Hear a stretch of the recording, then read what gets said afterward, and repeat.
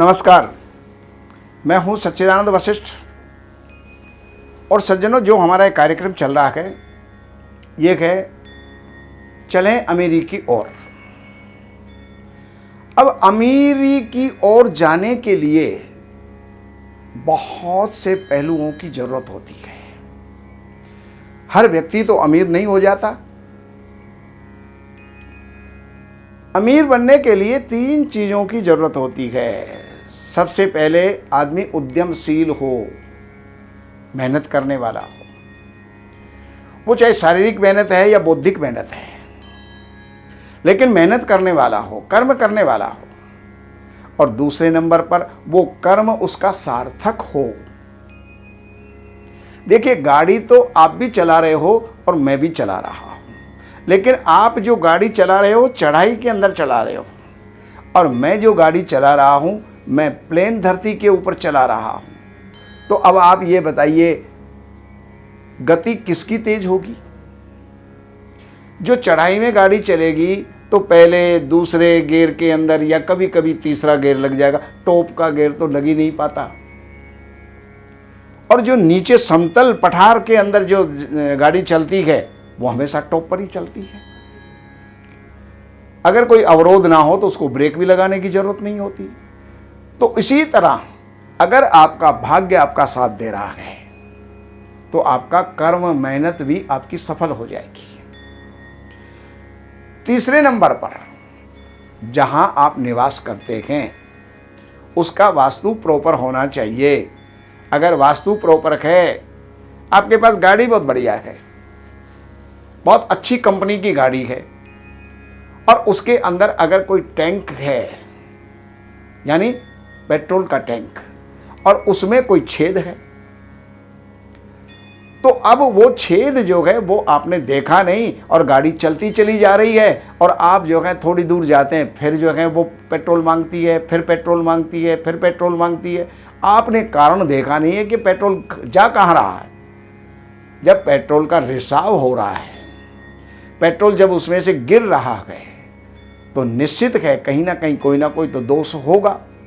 तो उसी प्रकार अगर आपका कोई वास्तु अगर खराब है तो आपकी वो मेहनत और भाग्य वो भी विफल होते हुए नजर आ जाते हैं। भाग्य साथ देता है, आमदनी होती है, कमाई होती है, इज्जत बढ़ती है, लेकिन घर में ऐसा जाने कौन सा कारण है कि सब कुछ समाप्त हो जाता है।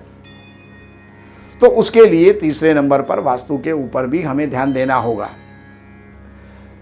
भाग्य आप बदल नहीं सकते, मेहनत आप कर सकते हैं, लेकिन वास्तु भी आप सुधार सकते हैं, वो भी आपके हाथ की बात है। अब मैं आपको एक ऐसा उदाहरण देता हूं, चलें अमीरी की ओर। ये एक 1000 गज का प्लॉट है या 5000 गज का प्लॉट है। 2 भाई बहुत अमीर हैं और उन्होंने एक ही प्लॉट के अंदर 2 कोठियां बना ली। एक कोठी ये हो गई और एक कोठी ये हो गई। दोनों भाइयों ने देखा हम साथ ही रहेंगे, तो जगह बहुत थी और बहुत सुंदर कोठियां बना ली। लेकिन बनाते वक्त क्या दोष हो गया? अब इन्होंने क्या किया, इस प्रकार से कोठी बना ली, यहां पर ये गेट दे दिया, तो इससे ये आगे का आंगन हो गया, ये इस कोठी का भी आंगन, ये इस कोठी का भी आंगन ये। और एक काम इन्होंने क्या किया, ये इधर से बागवानी के लिए जगह छोड़ दी।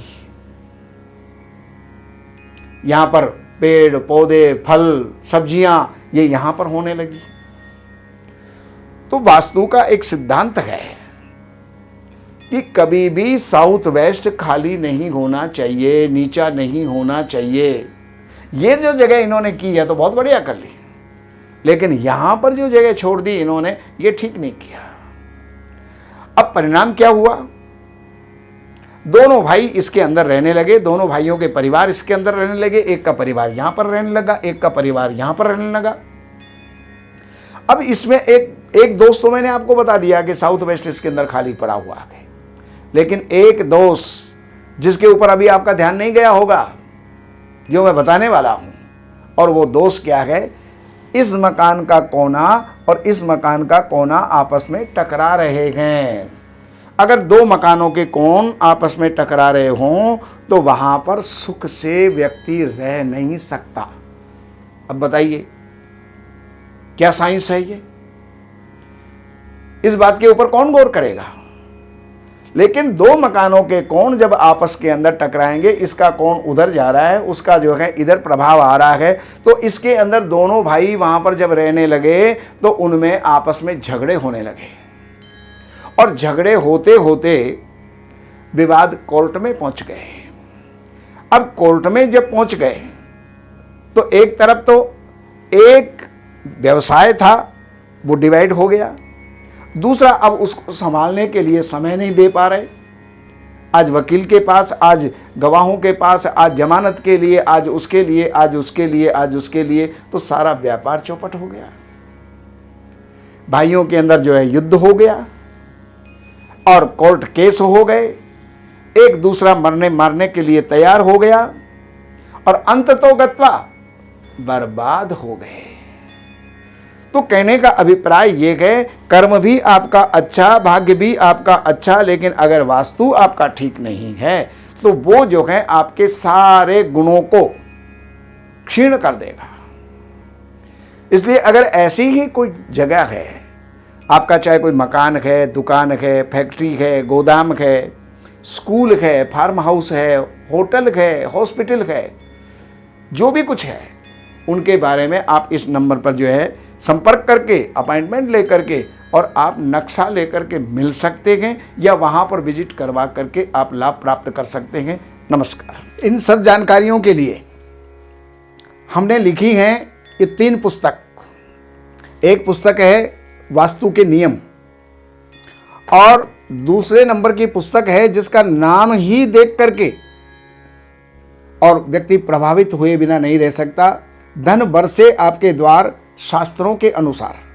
इस पुस्तक के अंदर प्रैक्टिकल और सारी जानकारियां, नियम और उसके साथ साथ बहुत से पौराणिक और शास्त्रीय और वेद के उपाय भी इसके अंदर दिए हुए हैं। ये 2 नंबर की पुस्तक और तीसरे नंबर की पुस्तक है जितने भी वास्तु दोष होते हैं उन सारे वास्तु दोषों का निराकरण, रेमेडी, उपचार, उनके जो भी उपाय हो सकते हैं वो सब इन 3 पुस्तकों में हैं। तो इन नंबरों के ऊपर आप संपर्क करके और इन पुस्तकों को मंगाइए और लाभ उठाइए। हमारे यहाँ वैदिक ब्राह्मणों के द्वारा सभी प्रकार के पूजा पाठ, कर्मकांड, संगीत में विवाह, गृह क्लेश, काल सर्प दोष, व्यापार में रुकावट व नवग्रहों की पूजा आदि कराई जाती है। हमारे संपर्क सूत्र हैं 7838 98421।